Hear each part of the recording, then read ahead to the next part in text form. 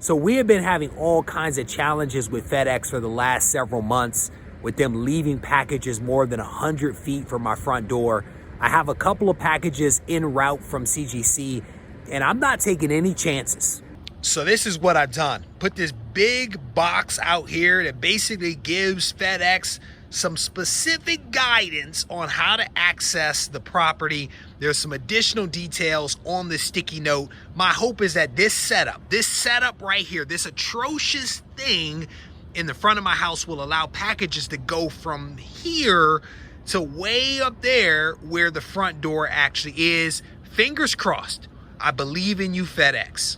So believe it or not, the sign actually worked. The FedEx guy was here a few moments ago. He arrived, he saw the sign, he called me. I came outside, I met him, snagged my package. We also had a wonderful conversation, and he tells me that for whatever reason, he did not have the access codes in his system, but committed to doing a better job in the future. I gave him the codes, and he says he's gonna get things to the front door, so I am excited about that. As I look out, I see the mailman coming. Fingers crossed that we can get him to deliver packages to the front door as well, but we'll save that for another day. This is one of 2 packages. I'm hoping that the second package will be here before the end of the day. So the system says that the second box that I've been waiting on is still scheduled to arrive by end of day. So fingers crossed that that magic is going to happen. In the interim, I wanted to take some time to unbox what has already shown up here at the house. I have not cut this box open, but we are going to do that right now and see what it is that is inside. I will tell you that I have already looked at the grades for the books in both shipments, but I don't know which shipment this is, right? So I know what's coming, right? I know the grades, but I don't know exactly what's in this specific box. So I'm gonna open this thing up and check out what's inside. Let's see what this paperwork says. I actually did do an express order on this one. I have not done a whole lot of express orders at all, but I decided to go ahead and pull the trigger on this. And both of these books are Spider-Man books, so I know that much. So let's see what's inside here. 2 nice, I think both Silver Age Spider-Man books. And yeah, let's start with this one. This is the first one. This is Amazing Spider-Man issue number 9. This is the origin and first appearance of Electro.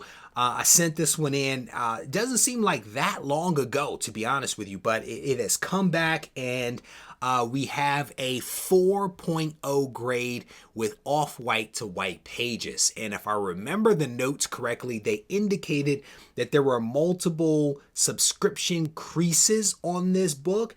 And I don't know if there are subscription creases, but there are definitely some folds. There are definitely some folds.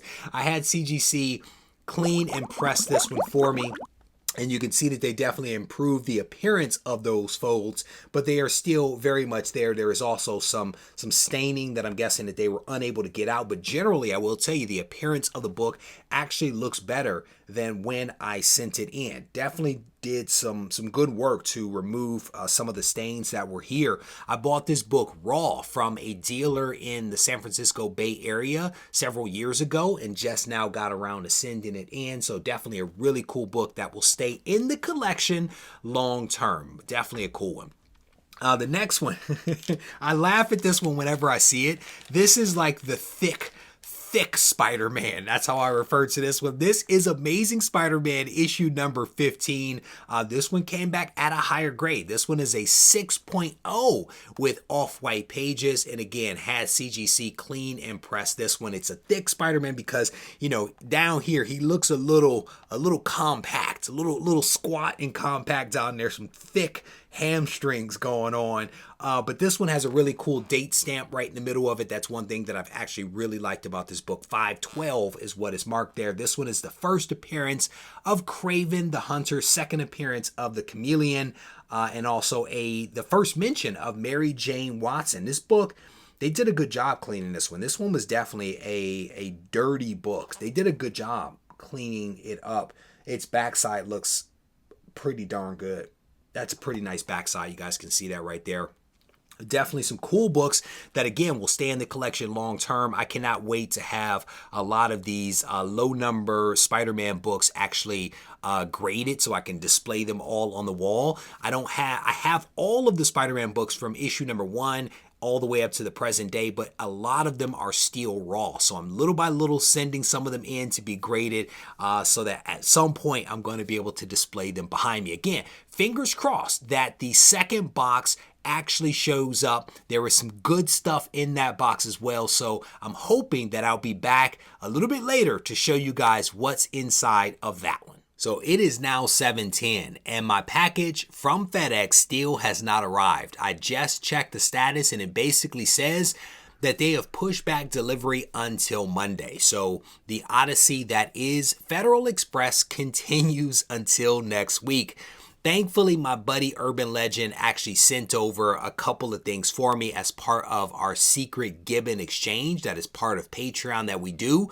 He sent this over. It's been here for a few days, so I wanted to go ahead and at least share with you guys something beyond the 2 awesome ASM books that I shared with you a few moments ago. The first is a variant of Dark Blood. This is a series that I've been reading that is incredible. I've had a little bit of a back and forth with the artist that works on this thing, and this is really fantastic. I want to say that this might be the 1 in 100 variant, so definitely a really cool thing from Urban Legend. I'm very thankful for that book right there. He also sent this. He sent the Electric Black. This is a holiday special. Now, what's really cool about this is that during the holidays, I display Christmas-related books. And this is a book that I did not have that I will look forward to displaying next Christmas season. So thank you, brother, for that. He also sent me a pretty large stack of lenticular covers. Lenticular covers right there. I'm going to show you guys just a couple of them. I will post the others over on Discord so you guys can see them over there in all of their glory. I only have a couple of lenticular covers in the entire collection, and so he has hooked me up with a massive stack of them. And again, super thankful for them because these lenticular covers are really, really awesome. They pay homage to some really popular covers, but they do it using some current characters, which I think is really cool. So again, I'm going to post these over on Discord so you guys can check them out there. There should be a link to Discord down in the description of this video. The other thing that I want to hip you to is the fact that I've been working on a secret project, and I've had this project in my mind probably for 9 months or so. And this project essentially kills 2 birds with 1 stone. What has happened over the course of this pandemic is that it has been really hard for people to get quality supplies, like bags and boards are really hard to get because of all of the issues that are happening out there. The other thing is that people are always asking me about the tools and resources that I use here in the comic book room to protect and display my comic book collection. And so I am rolling out something that I am calling the Swoldier Supply Box.